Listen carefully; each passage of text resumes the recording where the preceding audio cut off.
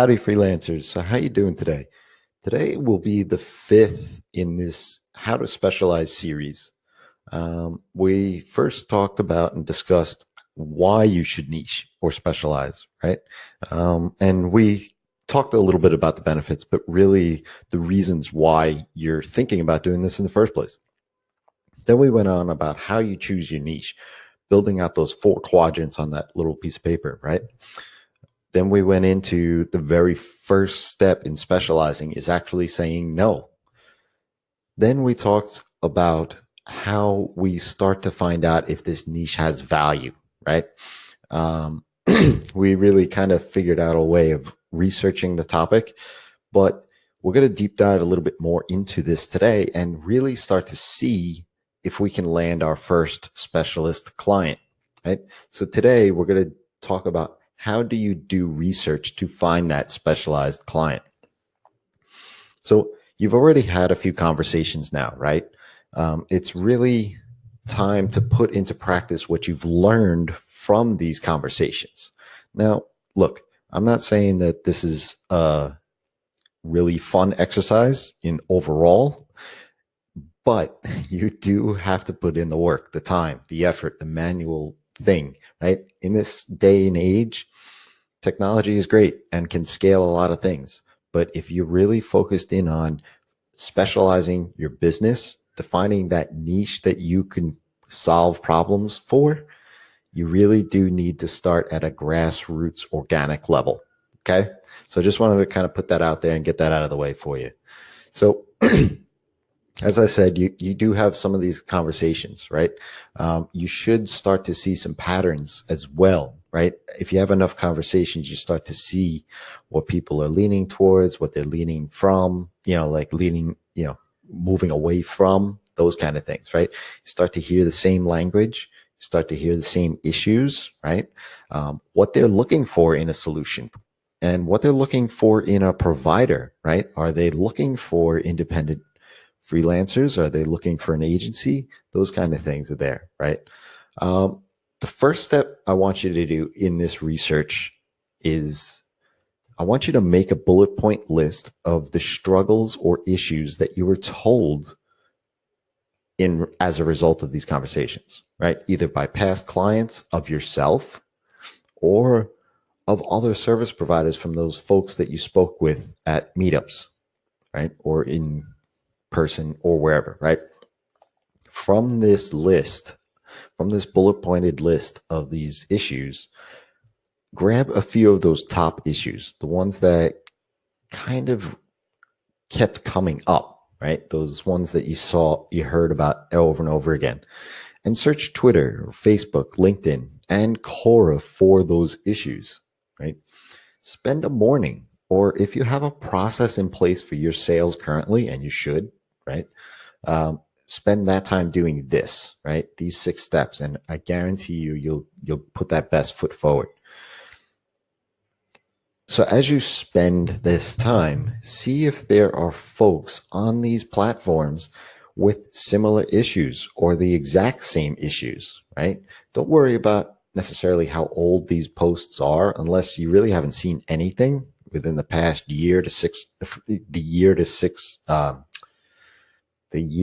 past year to 18 months. Apologize. Geez, can't really talk today, huh? So, you may just want to kind of create a simple spreadsheet, right? With links to those posts, maybe some of the dates of when you responded, just so that you can go back and follow up, right? Which leads me to the second step. Respond to those people, right? Expressing their struggles and issues. Ask them if there's anything that you can do to help, right? Don't worry about making a sale. Just see if they respond. We want to see really engage the level at which there's a market for this, right?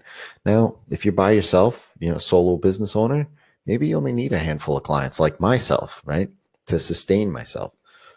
If you're an agency, you might need more. So this is really just to kind of start gauging and trying to see if we can land that first client or two, right? So just offer your help. Don't try to pitch that sale, okay? Just see what you can do to add to the community, right? The third step is to go back to your previous leads that didn't become clients for whatever reason and work through them. Like really take a look at them from the perspective of your new specialty, right? See if they expressed some of these issues that you can solve, right? Maybe why they became your lead in the first place. Then go ahead and send those people an email to ask them about their struggles or if there's anything that you can do to help, right? Again, be just positive and, add into their, add value to them. Don't necessarily think about closing that sale just yet. The fourth step is to be patient, right? Folks tend to complain online in the heat of the moment. Unbelievable, right? They may not respond right away, especially if some time has passed, because then at that point they just, maybe they had their problem solved or they thought better about it. But let that time pass, right? Give them a few days to respond, especially the older it is, they may not even check that anymore. So if you can, set up alerts using a tool like Zapier to send new posts your way that are related to these searches, right? Just be patient with it. It'll come to you, they'll respond, but make sure that in that spreadsheet, you kind of keep that list going, because sometimes those responses don't, get notified back to you via normal channels like email or your phone or something like that. Just go back after a couple of days, maybe a week, and check on them. The fifth step is think about maybe if your specialty involves a specific technology, or if there's a specific product or isolated topic, right? Head over to Google Trends. That's google.com/trends, I believe, and put that into the search bar. If there's an uptrend over the past 12 to 18 months, great. If there's a pretty even trend, great as well. But if there's a downward trend, maybe this is something that you want to reassess. And the sixth thing is look at your list of leads and responses that you've gotten over this exercise, right? See if you can further define the scope of work, right? Even more, right? Once you do that, go back and present it to them. See if they'll bite, right? Say, look, hey, maybe I can help you out in solving this problem that you're having. I'm working on a service. I provide a service that handles that specifically. Would you want to further, extend this chat, right? Simple, right? If they do, then you've got yourself the minimal viable service. I think maybe MVS. I think I may have just made up a new acronym, but you basically have validated the idea, right? Because they've coming back to you with said interest. Let's say over the course of this, you have about 50 to 100 different people and companies that you've spoken to or corresponded with in some way. How many of those people responded, right? How many of those people can you then get on a call and pitch your thing, right? Can you land 1, 2, maybe even 5 of them? Remember, this is your first test of your market, right? You want to see what the market can hold, right? Obviously, it depends on your bandwidth and your service, but if you can land 1 or 2 of them, then you've moved forward in the direction towards your specialty. It may not seem like a lot, but you need that first step into it, right? As you learn from all of these interactions, the talks, the conversations that you've had, and then the projects that you land, you'll position yourself better for the next round of sales, right? You'll start to build that library of case studies related to the specialty. And more importantly, remain on track because you focused your organic sales around a specific market and you're learning about those sales and what those triggers are, and away from being that generalist. So until next time, it's your time to live in the feast.